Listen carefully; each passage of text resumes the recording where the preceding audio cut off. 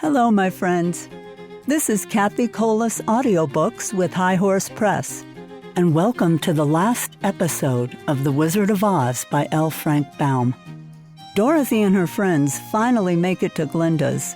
Glinda asks for the gold cap in exchange for granting their wishes, and everyone winds up getting exactly what they want. Here we go. Glinda the Good Witch grants Dorothy's wish. Before they went to see Glinda, however, they were taken to a room of the castle where Dorothy washed her face and combed her hair, and the lion shook the dust out of his mane, and the scarecrow patted himself into his best shape, and the woodman polished his tin and oiled his joints. When they were all quite presentable, they followed the soldier girl into a big room where the witch Glinda sat upon a throne of rubies. She was both beautiful and young to their eyes. Her hair was a rich red in color and fell in flowing ringlets over her shoulders. Her dress was pure white, but her eyes were blue, and they looked kindly upon the little girl. "What can I do for you, my child?" she asked. Dorothy told the witch all her story, how the cyclone had brought her to the land of Oz, and how she had found her companions, and of the wonderful adventures they had met with. "My greatest wish now," she added, "is to get back to Kansas, for Aunt Em will surely think something dreadful has happened to me, and that will make her put on mourning, and unless the crops are better this year than they were last, I am sure Uncle Henry cannot afford it." Glinda leaned forward and kissed the sweet upturned face of the loving little girl. "Bless your dear heart," she said. "I am sure I can tell you of a way to get back to Kansas." Then she added, "But if I do, you must give me the golden cap." "Willingly," exclaimed Dorothy. "Indeed, it is of no use to me now, and when you have it, you can command the winged monkeys 3 times. And I think I shall need their services just those 3 times," answered Glinda, smiling. Dorothy then gave her the golden cap, and the witch said to the scarecrow, "What will you do when Dorothy has left us?" "I'll return to the Emerald City," he replied, "for Oz has made me its ruler, and the people like me. The only thing that worries me is how to cross the Hill of the Hammerheads." "By means of the golden cap, I shall command the winged monkeys to carry you to the gates of the Emerald City," said Glinda, "for it would be a shame to deprive the people of so wonderful a ruler." "Am I really wonderful?" asked the scarecrow. "You are unusual," replied Glinda.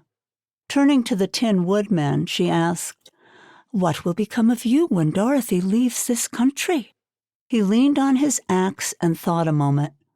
Then he said, "The Winkies were very kind to me and wanted me to rule over them after the Wicked Witch died. I'm fond of the Winkies, and if I could get back again to the country of the West, I should like nothing better than to rule over them forever." "My second command to the winged monkeys," said Glinda, "will be that they carry you safely to the land of the Winkies. Your brain may not be so large to look at as those of the scarecrow, but you are really brighter than he is. When you are well polished, and I'm sure you will rule the Winkies wisely and well." Then the witch looked at the big shaggy lion and asked, "When Dorothy has returned to her own home, what will become of you?" "Over the Hill of the Hammerheads," he answered, "lies a grand old forest, and all the beasts that live there have made me their king. If I could only get back to this forest, I'd pass my life very happily there." "My third command to the winged monkeys," said Glinda, "shall be to carry you to your forest. Then, having used up the powers of the golden cap, I shall give it to the king of the monkeys, that he and his band may thereafter be free for evermore." The scarecrow and the Tin Woodman and the lion now thanked the good witch earnestly for her kindness, and Dorothy exclaimed, "You are certainly as good as you are beautiful. But you have not yet told me how to get back to Kansas." "Your silver shoes will carry you over the desert," replied Glinda. "If you had known their power, you could have gone back to your Aunt Em the very first day you came to this country." "But then I should not have had my wonderful brains," cried the Scarecrow. "I might have passed my whole life in that farmer's cornfield." "And I should not have had my lovely heart," said the Tin Woodman. "I might have stood and rusted in the forest till the end of the world." "And I should have lived a coward forever," declared the Lion, "and no beast in all the forest would have had a good word to say to me." "This is all true," said Dorothy, "and I am glad I was of use to these good friends. And now that each of them has had what he most desired, and each is happy in having a kingdom to rule besides, I think I should like to go back to Kansas." "The silver shoes," said the Good Witch, "have wonderful powers, and one of the most curious things about them is that they can carry you to any place in the world in 3 steps, and each step will be made in the wink of an eye. All you have to do is to knock the heels together 3 times and command the shoes to carry you wherever you wish to go." "If that is so," said the child joyfully, "I will ask them to carry me back to Kansas at once." She threw her arms around the Lion's neck and kissed him, patting his big head tenderly. Then she kissed the Tin Woodman, who was weeping in a way most dangerous to his joints.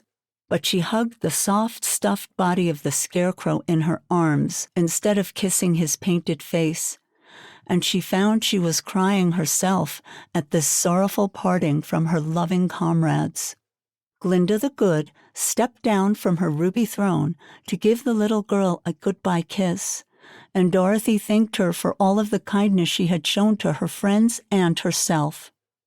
Dorothy now took Toto up solemnly in her arms, and having said one last goodbye, she clapped the heels of her shoes together 3 times, saying, "Take me home to Aunt Em."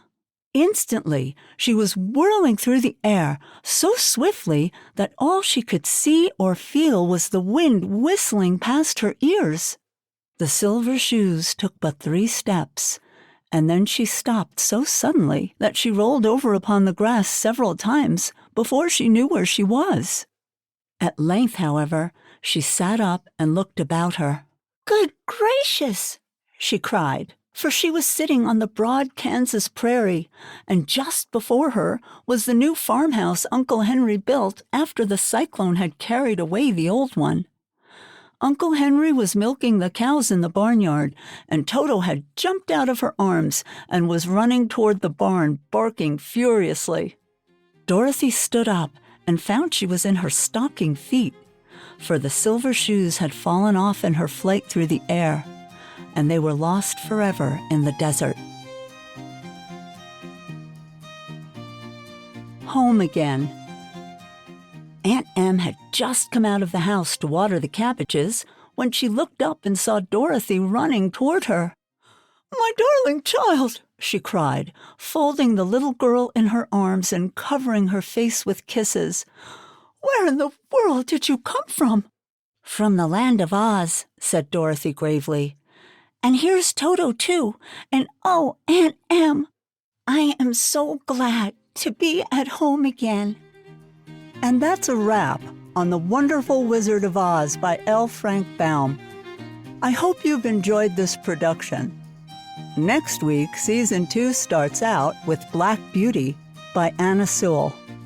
For those of you horse lovers, this is not always an easy listen, but it's a beautiful story. So I hope you'll join me for that next Wednesday.